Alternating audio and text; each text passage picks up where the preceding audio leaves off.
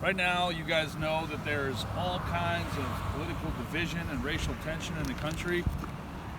COVID's at an all-time high. People are uncertain about our future, but the one thing we can always stand on is our American flag. We still have to protect our veterans. We still have to protect our country.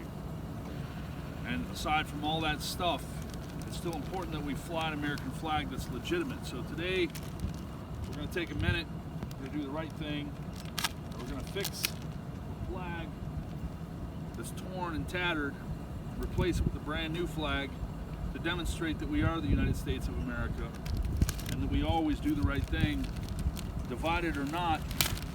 We're still the greatest country in this land. We're still the greatest country in the world. And I am going to replace this flag with a good flag. So it's really cold out here right now. But as Americans, we don't care about the temperature. We just care about each other. Do the right thing.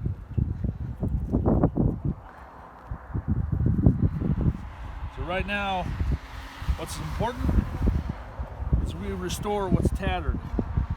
And this one just happens to be red, white, and blue. So it's important that we do the right thing. We fly our flag high, because that's who we are. Thanks for watching.